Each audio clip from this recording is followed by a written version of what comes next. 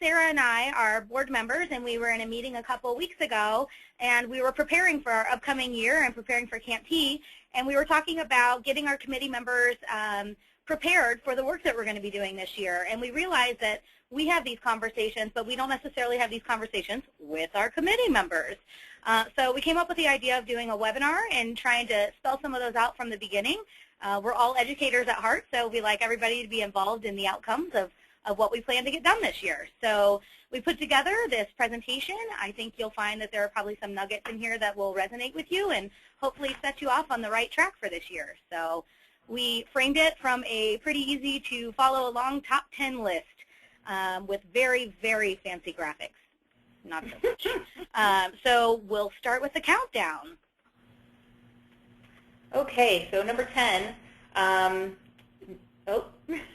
There we go. So number 10 is know the outcome. So why are we doing this? Why are you doing this? And really, we want you to be able to understand where your committee adds value to your personal and professional development. Demonstrate engagement with the association and membership through your work with the committee. Contribute to the education of the membership, and then integrate experiences and gained from the work, basically to increase your involvement in the GLACUHO region. So I really want to focus on that third bullet point, where learning is a big part of the committee member process. So we realize that if you're maybe not familiar with something like crisis management, that you might join that committee to learn more about it, which is wonderful. That's what we hope happens. But we also want you to recognize that you're also an educator. So you're going to kind of do a dual role. You're going to be learning while educating. It's funny that you mentioned that, Sarah. My undergraduate degree is in elementary education, and I am not the best at math, so when I got to that phase in my student teaching where I had to teach math a totally different way than I learned it as a kid, I definitely sat every night and remember educating myself and learning how to do the new math so the next day I could go in and teach the students. I'll say now it was a fond memory. All right, so number 9 is know your responsibilities. There's a phrase I picked up somewhere along the way, and I never really say the acronym, but it's do what you say you'll do. The work of the GLACUHO organization relies heavily on the work of our committee members. We meet at Camp T, we communicate throughout the year, and then we see each other again at the conference. So there's a lot of time in between, and we're relying on people to do what they say they're going to do. However, there's a lot of leeway within that time frame. So if you don't know how to proceed, or maybe you signed up to do something at Camp T, or you talked to your committee chair and you're supposed to do something but you're not exactly sure what to do, that's okay. We work with ambiguity in our jobs all the time. We know how to kind of create structure out of nothing. So ask questions. Talk to your committee members. Talk to your committee chair. Talk to your supervisor. They're a great resource. But if you don't know how to proceed, don't let that stop the boat. Speak up and ask those questions. And that could refer to the projects that you're working on within your committee, or it could refer to the greater workings of how GLACUHO functions. How does the budget work, i.e., can we get money to do this? What does the organization chart look like? What resources are available already? If you haven't already done this, take a moment to look through the GLACUHO website. We have some resources up there. We have our leadership manual. There's all kinds of stuff. Preceding webinars that have happened in the past. There's a lot of stuff out there that can really kind of show you what GLACUHO has done in the past, as well as what resources we already have in place to assist. The other thing I wanted to point out is that in terms of doing what you say you will do, I know a lot of times my committee members last year had projects where they were working together on something. So keep an eye on those timelines, because the part that you're responsible for, somebody else may be waiting for what you contribute so that they can then move forward with theirs. And those projects build on each other. So really speaking up and committing to doing what you said you were going to do is key. Okay, so setting personal goals.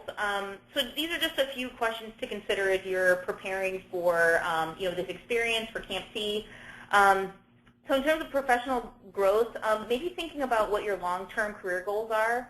And then what projects might fit into that vision. So for me, I'm very passionate about international education, and so when I was on Student Learning Committee last year, I wanted to focus what I was doing on international students, and so that kind of guided how the projects that I volunteered for and what I was interested in looking into. The next piece is, so how are you contributing to the field? So is this a topic, is what you're interested in something that maybe there's tons of research on, maybe it's been done, or is it something new that you think, hey, we don't really know a lot about this as a field, and I think we need to get that information out there. Again, personally, that I felt very connected to international students from China. That's a huge issue, not issue, but just a huge trend right now in higher ed. And so that was a big part of what I contributed last year. And then finally, back to that education piece. So what do you want to learn while you're working on the projects? Again, with the crisis management, like how are other schools doing this? We want to bring something to our campus. Let me go see what's out there, and I can kind of, collapse that data and submit it out to the GLACUHO Association to educate them, but I'm simultaneously educating myself. And kind of after you've thought about all of that, maybe talking, definitely communicating with your committee chair, but also when we're back and you're back in your own institution, talking with your supervisor about how you're going to maximize your GLACUHO committee member experience. Yeah, I think Sarah brings up a really good point about trying to figure out what you want to learn from the experience and also balancing that out with what the mission of the committee is. So when you come to Camp T or the final projects are decided, try to reconcile what you want to learn with what the committee decides finally to work on as a committee. So that may be something that's included, or it may be like Sarah's, we chose to pursue that. But if there's something that there's not a lot of interest from other committee members, then maybe that's a project that you commit to and you contribute and continue to do that alongside other projects that are decided upon at Camp T. So slide top 7 is communicate. Communicate. GLACUHO is a regional organization. We're spanning 4 different states, Ohio, Michigan, Indiana, and Illinois, so we don't see each other very often. So one of the things that I saw in my chair experience last year was the need to communicate in between our pre-established times. So you may be on a committee that decides to meet monthly using the webinar software, or maybe you communicate using conference calls, or maybe you communicate via weekly emails, that type of stuff. There could be a variety of ways that your committee decides to do that, but make sure that you're communicating not only during those formal times, but also in between. So along those lines, don't be afraid to pick up the phone. Totally old school these days, but pick up the phone. Be willing to ask questions, as I mentioned before. Get to know your fellow committee members and your chair. These are people that you're going to be working with all year long, and the more you know about them and how they work, the better off you're going to be throughout the year when you develop those relationships. These relationships that you're developing now, whether you're a graduate student, entry-level professional, or mid-level, they may enhance your professional experience as you continue to move along. There are people that I was outside of the region for several years. I came back to the region, and there are people that I see today in GLACUHO that I knew when I was a graduate student, and I already have somewhat of a rapport built with them. So that's a great to come home to in a sense. Continue to build rapport even when the project doesn't require it. So say that you're working with a subcommittee on a project and your piece is completed. And that's fine. You did what you said you were going to do. You completed it online or on time, and you communicated with your subcommittee members. But continue to build that rapport. These are people that understand what you do, know what you do, and can empathize when you're struggling. So create your professional network out of the people that you are connected with. And then in terms of communicating, just know that your GLACUHO committee chairs submit monthly, quarterly, and annual reports on our work. Help us recognize your efforts. Keep us in the loop. Let us know what projects you're working on, how far you've come along, what snafus you've hit, or roadblocks, because we are submitting reports to the leadership and the tri-president, so we want to recognize the efforts that you're putting in. And I can't say enough about picking up the phone. I know it's a little intimidating. I made my first GLACUHO phone call, and I was actually more nervous than I thought I would be. But it was so much easier than just doing the exchange through email. So email feels safe and comfortable. You know, you can look at the words, but just, I don't know, there's just something really nice about picking up the phone. So. There were some other things I wanted to point out about the communication piece because it's so key. Like Sarah said, don't be afraid to pick up the phone, but also repeat emails. I definitely just re-forwarded an email to a dean on our campus strategically yesterday, and I got a response. Didn't get a response a month ago, but got a response yesterday. So don't hesitate to realize that people sometimes get lost in their inboxes, and just say, hey, I sent this email last week and I was checking on you, want to make sure everything's okay. Can I lend a hand or do we need to chat over the phone? Perfectly fine. The other thing is get to know each other at Camp T. We recognize that not everybody gets to go to Camp T, but if you do get to go to Camp T, take advantage of that time to get to know each other and develop that relationship. However, if you are one of the people who are not going to Camp T, or you know somebody who is not going to Camp T on your committee, then take advantage of the ability to reach out to that absent member. Camp T is where we do a lot of decision making and a lot of that preparatory work, so it can be challenging if you're the person who's not able to go. But we want to make sure that we're inclusive of those people because they have a lot to contribute to the work and they add to our experience. So reach out to absent members, maybe send them an email. Your committee chairs are already thinking of ways to include people who aren't able to come next weekend. But be aware of that because they are absolutely valuable committee members and can really contribute a lot. And then the last piece is that as we're working through these projects, communicating what you're working on really shows your committee chairs the level of your commitment and your effort that you're putting in. The way that Sarah and I became committee chairs is because we did good work on our committees. So we're in the process of generating new chairs and new leaders for Camp T. All right, top 10, number 6. All right, so seeing the big picture. We've already kind of touched on a few of these things, but you know, I've been speaking a lot about the kind of your personal goals and your vision, but you really need to take time to kind of zoom out and make sure that your goals and objectives are fitting into kind of the context of the committee. So, you know, similarly, like I may have been raring to go with international students, but that might not have fit in with, you know, health and wellness if that's the committee that I was on. So really making sure that, you know, your goals and the objectives of the committee mesh. And again, we realize almost 100% on the work that the committee members put forth. So the projects that you're doing, the articles you're writing, the webinars you're creating, the presentations you're presenting, that we rely on that for the education of our association. And you really make GLACUHO happen. And so, you know, therefore it really is imperative that you complete your commitment, so you're following through on your projects, that you are, you know, letting people know what's going on if something happens. So kind of, you know, you're a piece of the much bigger picture that is, you know, the GLACUHO membership, you know, committee membership, but that we really rely on the work that you do to keep GLACUHO going. All right, network. This is probably one of the reasons you joined the GLACUHO committee. Take advantage of that. As I mentioned earlier, connect regularly with colleagues working on your same projects. Nobody wants to be on that island and think they're the only ones on that island. So make sure that you're in communication. Maybe it's just an update on, hey, still waiting to hear back from a potential presenter. Didn't want you to feel like you were in the dark. That's okay. Also, beyond your committee, look for opportunities to collaborate.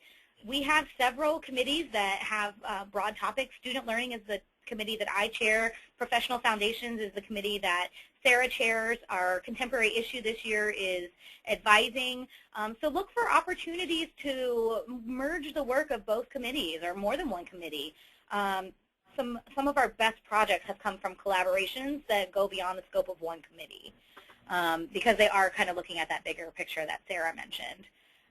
You can also connect and collaborate with colleagues within the GLACUHO region. Maybe you have somebody on your home campus that is, you know, the resident expert on a topic, and that's something your committee is talking about. They don't necessarily have to be on a committee in GLACUHO to participate and to assist us with the efforts of what we do.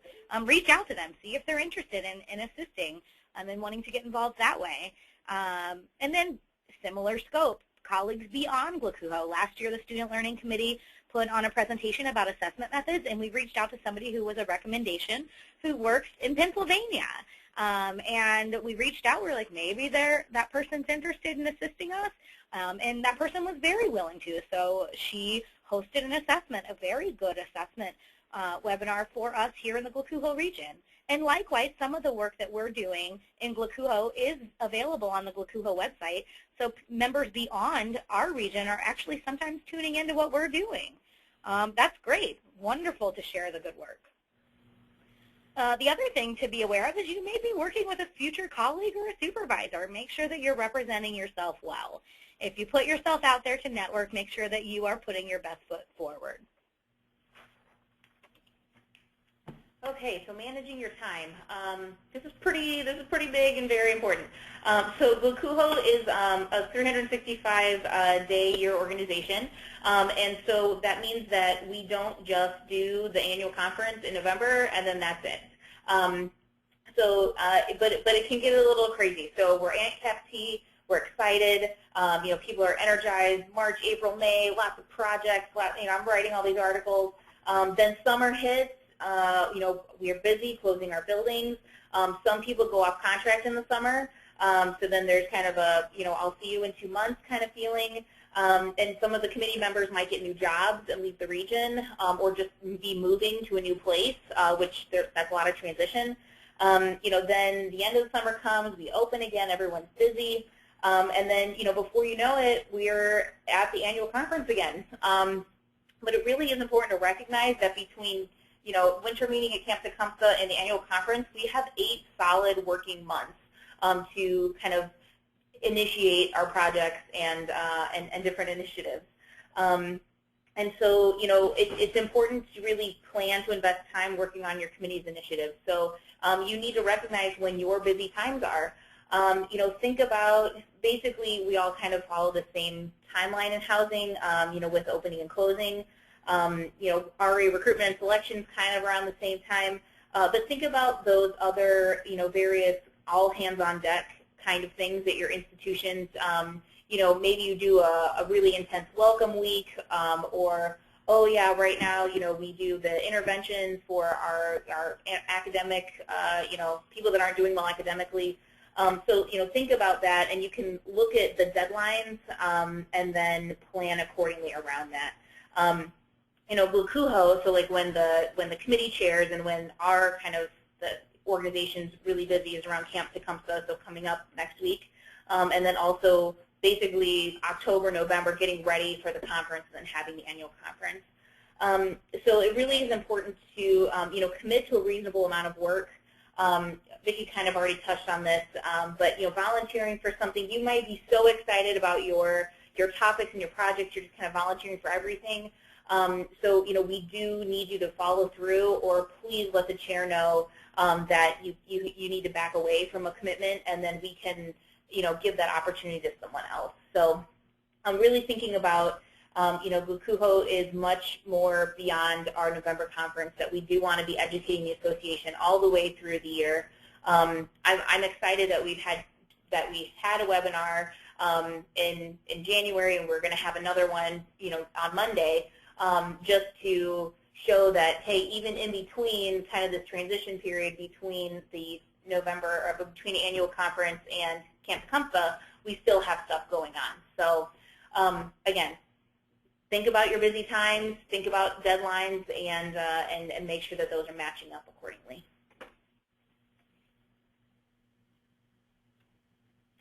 All right, you signed up to serve, so we're going to be of service. One of the things that we want you to think about as you prepare for Camp T is, what do the members of GLACUHO need, in particular related to your committee scope? One of the things that we do serve is we serve many levels of housing professionals. We serve graduate students, we serve entry-level professionals, mid-level professionals, and senior-level professionals. I would highly encourage you to not limit where you currently are in your career to the scope that you think you can impact. I am currently mid-level, and some of the most amazing things I've learned in the last couple of years have been from graduate students. Because the reality is I haven't been in graduate school for a couple of years, so I'm learning about new theories, new techniques, new tools that are coming out after I've been in school. Likewise, you may be working on a committee with somebody who's mid-level, who is looking at things from a different perspective. For example, professional development from a graduate student perspective may be different than what professional development for a mid-level professional looks like, and that's okay. But we want to keep that in mind as we continue to strive to be an organization that serves all levels, and we're able to tap into those experiences that each of those levels provide. Utilize your knowledge and skills. We've hinted at this a lot. You bring a lot to the table. By stepping up and being willing to serve, you've already taken that step. You inherently have knowledge about how your housing position works, your experience thus far in the field, and you bring an inherent set of skills. I will be the last person to design something, as you may be able to tell from this PowerPoint. Not my skill set, not my roundhouse. Another thing, like artsy, crafty things, not great at that. If you need numbers run, I'm also not good at that. But if you want to talk about other areas, I am happy to do that. Love some learning outcomes. Hey, Student Learning Committee. So utilize those skills that you are bringing to the table and share them. But also be willing to develop more. We mentioned that you may not feel like the expert on a topic, and maybe that's a project that you've been assigned to. Become the expert. Do the research. Be willing to take the risk and say, you know, I don't know a lot about this, but I'm going to cull through the articles that are out there or the experiences of our professionals and put together something and maybe present or write about it so that I can contribute to the knowledge base. Be willing to delve into a new topic. Maybe you came into the committee looking for a way to get involved or a way to get something of interest to you. Be willing to completely try something new. And then also tap into your colleagues' interests and passions. It's an untapped area. There's so much opportunity there. And I would say ultimately, in terms of being of service, remember that we have that responsibility to the membership. We definitely see committee membership and getting involved in GLACUHO as an opportunity to not only grow as a professional, but also to lead. And whether you believe it or not or know that you are, you may just have your view that you're working on one project and it's just this one thing that you're doing. That is contributing to the leadership of our region. Every bit counts. Okay, so number 2 really focuses on kind of how are we going to get this done. So we've thought about the projects, we've talked with our committee members, we're raring to go, and then this is how we actually implement it. So knowing the mediums that GLACUHO uses to educate our association. So, and again, there's lots of ways to teach the region. So the first one is Trends. So Trends is our quarterly magazine, and deadlines will be given out at the winter meeting. So our communication and marketing committee they are in charge of Trends pretty much, and they'll be making sure that everyone knows when the deadlines are and kind of how submission works. It can be a little nerve-wracking, maybe submitting something out there for publication, but it's a lot of fun to see your name in print. I don't think I realized until I wrote an article for Trends, and then yep, there was a typo in it. I feel bad, but it happened. It's out there, and but it still feels great to be able to contribute in that way to the region. Next is there's a committee webpage. So every committee has their own web space through the glacuho.org website. And it's just as easy as contacting the technical director. We can't go in and update, just he would be able to go in and update the website to make any changes. Webinars, so what we're doing right now, we usually have to work in a 3-week in advance timetable. And then the nice part is that we publicize it heavily. So our kind of tech director will email to the board with the link, and then we can email to our own institutions, we can email to you, the committee members, and then ask you to distribute. So we kind of use our network to get the word out. The next thing is social media. So Twitter, Facebook, GLACUHO has a hashtag and a Facebook page, so you can use that to educate or start, maybe have a tweet up. I'm not really good with the social media, but that's all a possibility. Conference initiatives. So these are things that are happening at the conference that are not presentations. So this would be something, so the conservation challenge, we had a food drive, the pedometer challenge where, everyone, people that participated got a pedometer, facilities tours, there's learning on the go, lunch and learns. There's just a whole bunch of things that happen, kind of, the art auction, that was another thing. So things that are happening kind of in between the presentation times.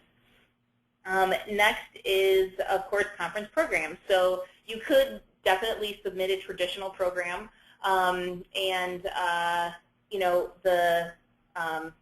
I just got distracted. So some committees, if we go back to social media, some committees do have a hashtag that you can create, so you can talk with your committee chair then. Sorry, that was a good comment.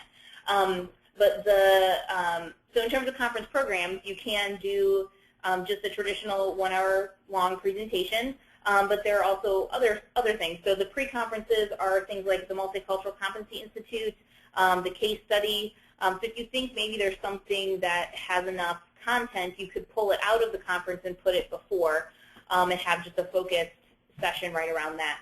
And then finally, roundtables. It's a little less intense than a full-on presentation.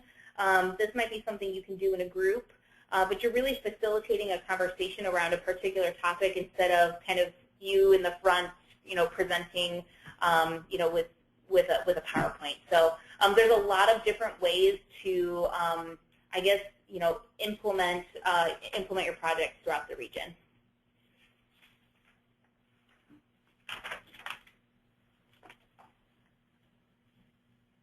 All right, I was hitting the wrong button. All right, so the last of our top 10 it's the golden rule. Demonstrate respect for the topic, for the organization, specifically your committee, the work that you're doing, as well as your committee members. GLACUHO, as a region, is contributing to the national ACUHO organization and the housing professional in general and student affairs. Also demonstrate respect for your colleagues. At your home institution, like Sarah mentioned, share with them. If you're the GLACUHO connection because you're on a committee, share that information.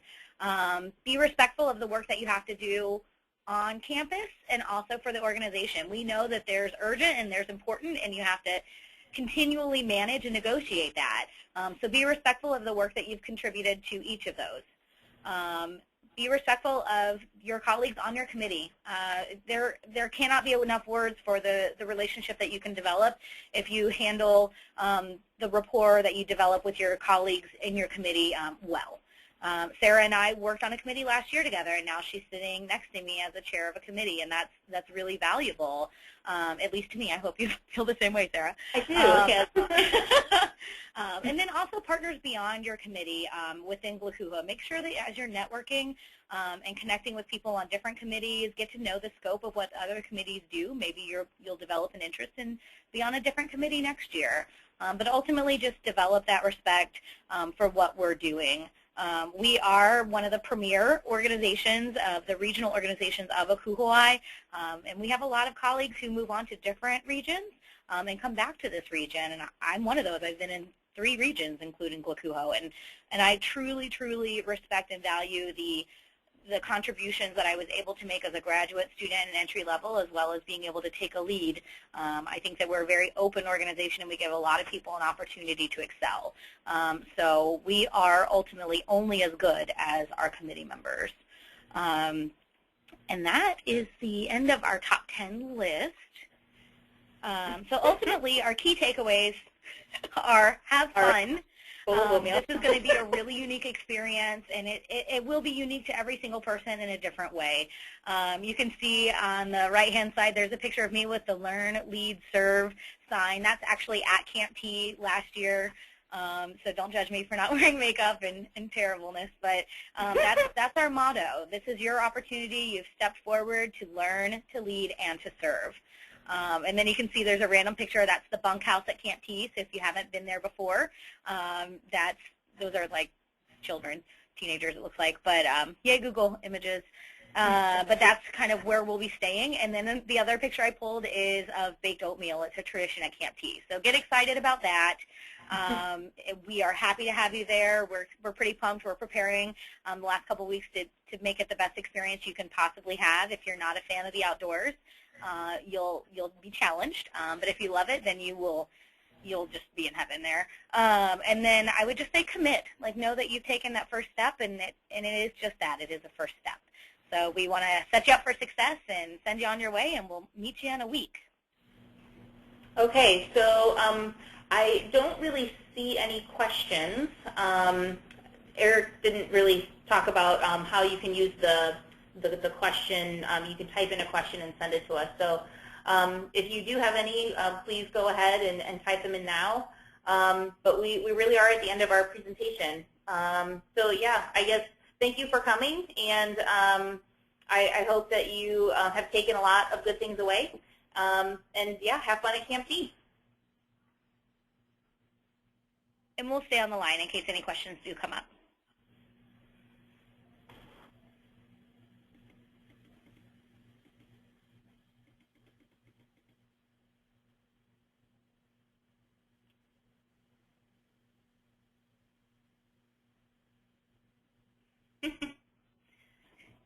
I'm just reading people's comments. Yeah, it looks like people are have gotten some good stuff from our presentation, but it doesn't look like we have any questions.